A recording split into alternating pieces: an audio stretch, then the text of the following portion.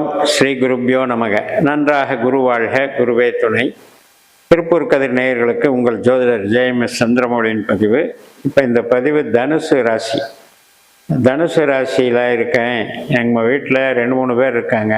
ஆனால் ஒவ்வொருத்தருக்கு ஒவ்வொரு மாதிரி குரு பயிற்சியோ சனி பயிற்சியோ வேலை செய்யுது. ஒருத்தருக்கு நல்லா இருக்குது, ஒருத்தருக்கு நல்லா இல்லை. அதே மாதிரி குணாதிசயங்களில் நிறைய வேறுபாடுகள் இருக்குது. ஒரே ராசியில் பிறந்தால் ஏன் இப்படி அப்படின்னு நிறையா கேள்வி எழுது இல்லையா? அதுக்கு தான் இந்த பதிவு. இப்போ இதிலிருந்து என்ன சொல்ல வர்றோம் அப்படின்னா, ஒரு ராசிங்கிறது ஒரு மிகப்பெரிய ஏரியா, ஒரு ஊர் எப்படியோ அந்த மாதிரி. ஆனால் நட்சத்திரங்கிறது தான் அதுக்குள்ளே இருக்குது, நம்மளை துல்லியமாக அடையாளம் காட்டுறது. அந்த நட்சத்திரத்துக்குள்ளேயும் பாதம்னு இருக்குது, அது இன்னுமே நம்மளை டெப்த்தாக காட்டும். அப்படி தான் நம்ம பலன் எடுக்கணும். அப்போ தான் நம்ம பிறப்பின் ரகசியம், நாம் எதுக்காக பிறந்திருக்கோம், நமக்கு தொழில் எது சாதகம், நமக்கு உறவுகள் எது சாதகம், இதையெல்லாம் நாம் தெரிஞ்சிக்க முடியும். இப்போ நம்ம மூல நட்சத்திரத்தில் பிறக்கிறோம், தனுசு ராசியில், அது மட்டும் நமக்கு தெரியும். இல்லை பூராட நட்சத்திரத்தில் பிறந்தேன் அப்படின்னு நம்ம சொல்லுவோம். உத்திராடம் ஒரு பாதம் இங்கே இருக்குது, அதில் பிறந்தேன்னு சொல்லலாம். ஆனாலும் கூட பாதம் யாரும் கவனிக்கிறது இல்லை. மூல நட்சத்திரம்னு மட்டும் உங்களுக்கு தெரியுதே ஒழிய, அந்த மூலத்தில் 4 பாதம் இருக்குது. அந்த 4 பாதத்துக்கு தகுந்த மாதிரி குணாதிசயங்கள் மாறுபடும் அப்படிங்கிறது நம்ம புரிஞ்சுக்கணும். அதே மாதிரி தான் போராடத்துக்கும். இப்போ மூல நட்சத்திரத்தில் பிறக்கிறவங்க கேதுவனுடைய கேரக்டரு. நாம் தனுசு ராசிக்கு குருவை எடுத்துக்குவோம். ராசி அதிபதி குருவனுடைய கேரக்டர் தான் நமக்கு இருக்குன்னு நினச்சிட்டு இருப்போம். ஆனால் மூலத்தில் பிறக்கிறதுனால கேதுவனுடைய கேரக்டர் தான் நம்மளுக்கு வேலை செய்யும்.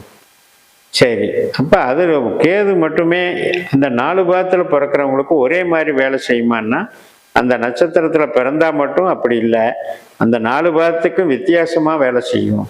முதல் பாதத்தில் பிறக்கிறவங்க நல்ல ஆளுமை திறனோடு இருப்பாங்க, தத்துவவாதிகளாக இருப்பாங்க, மிகப்பெரிய ஒரு ஆன்மீக பலத்தை வச்சுருப்பாங்க. அதே 2ஆம் பாதத்தில் பிறக்கிறவங்க பொருள் சார்ந்து இயங்குவாங்க, தர்மத்தை மெயினாக எடுக்க மாட்டாங்க, ஆனால் பொருளை பற்றோடு இயங்குவாங்க, பொறுமையாக இருப்பாங்க, ஆத்திரப்பட மாட்டாங்க, அவசரப்பட மாட்டாங்க, ஆனால் சாதிச்சு காட்டுவாங்க. அதே 3ஆம் பாதத்தில் பிறந்தவங்க, நான் பெருசாலாம் டெவலப் பண்ண முடியாது, சம்பாதிக்கணுங்கிறதெல்லாம் லட்சியம் இல்லை, வாழ்க்கையில் சந்தோஷம் முக்கியம், உறவுகள் முக்கியம் அப்படின்னு உறவுக்கு முக்கியத்துவம் கொடுப்பாங்க. இவங்களுடைய நேச்சர் எப்படி இருக்கும்னா, உயிர்பற்றான விஷயங்கள், உயிர்பற்றான தொழில்கள். இப்போ ஒரு கலைஞன் இருக்கிறான்னா அது உயிர்பற்றான தொழில். அதே மாதிரி ஒரு கமிஷன் வாங்குகிற தொழில், ஒரு பேச்சு தொழில், ஒரு லாயர் இருக்கார், ஒரு கன்சல்ட் பண்ணுறாரு, இதெல்லாம் உயிர்பற்றான தொழில்கள். இதில் ஆர்வம் காட்டுவாங்க. அதே மூல நட்சத்திரம் 4ஆம் பாதத்தில் பிறக்கிறீங்க அப்படின்னா, உங்களுக்கு பொருள் பற்றாக உங்களுக்கு ஆசையை கொடுத்து அதில் நிறைவேறாத பிரச்சனைகளை கொடுத்து அவஸ்தைகளையும் கொடுக்கக்கூடியது தான் இந்த 4ஆம் பாதம். அப்போ இவ்வளவு வித்தியாசம் இருக்கும் பொழுது நாம் எப்படி தனுசு ராசின்னு மட்டும் பொது பலனை பார்க்குறது? நீங்கள் பாதம் தெரிஞ்சுக்கிட்டீங்க அப்படின்னா அதுக்கு தகுந்த மாதிரி உங்களுக்கு 12 கட்டம் இருக்குது. உங்கள் தனுசுக்கு அப்புறம் 2ஆவது கட்டம் உங்களுடைய பணம் எவ்வளவு சம்பாதிப்பீங்கன்னு சொல்லும். 3ஆவது கட்டம் என்ன தைரியமாக நீங்கள் தகவல் தொடர்பு செய்வீங்கன்னு சொல்லும், ப்ரெசன்டேஷன் பவரை சொல்லும்.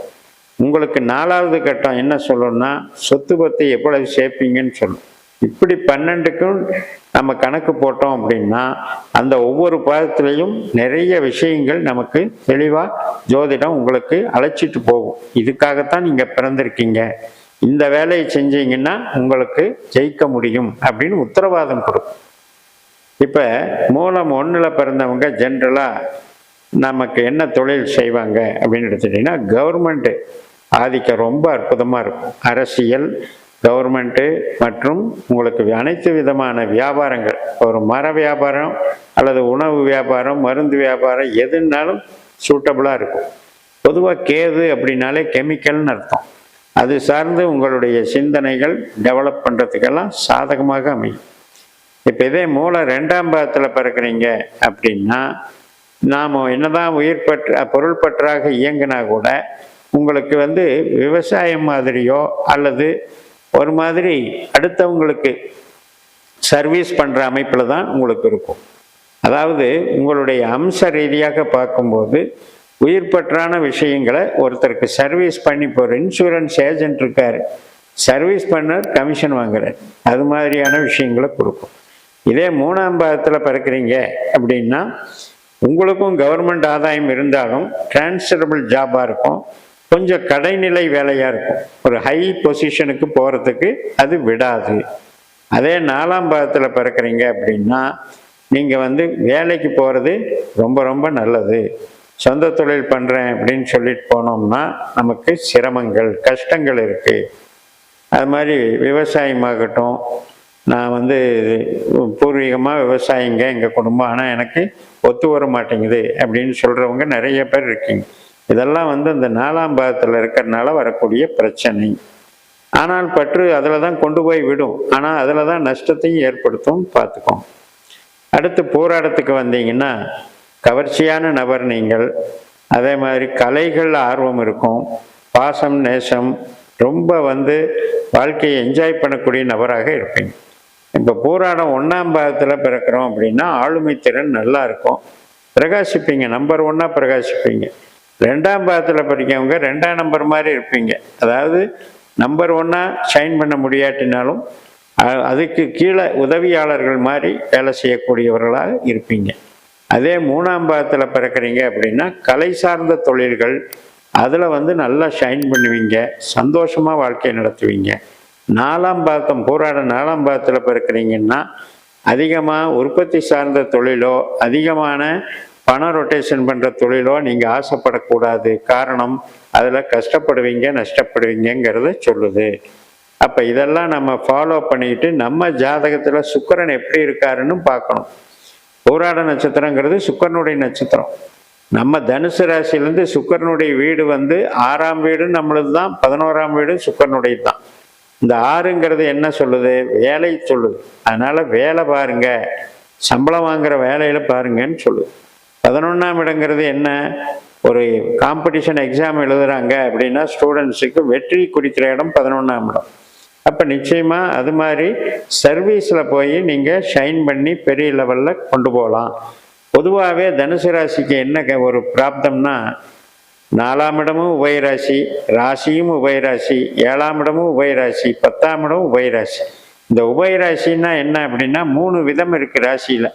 சரம் என்பது பெரிய வளர்ச்சி, ஸ்திரம் என்பது நிலையாக இருப்பது, அதே மாதிரி உபயம் என்பது நிலையற்ற தன்மை. எதுவுமே ஒரு இடத்துல ஒரு ஃபீல்டு ஸ்டாண்டர்டாக இருக்க முடியாதுங்கிறத சொல்லுது. அதனால் தனுசு ராசிக்கு சேஃப்டியாக வேலை பாருங்கிறது தான் முக்கியம். கடைசி பாதம் சூரியனுடைய உத்திராடம்.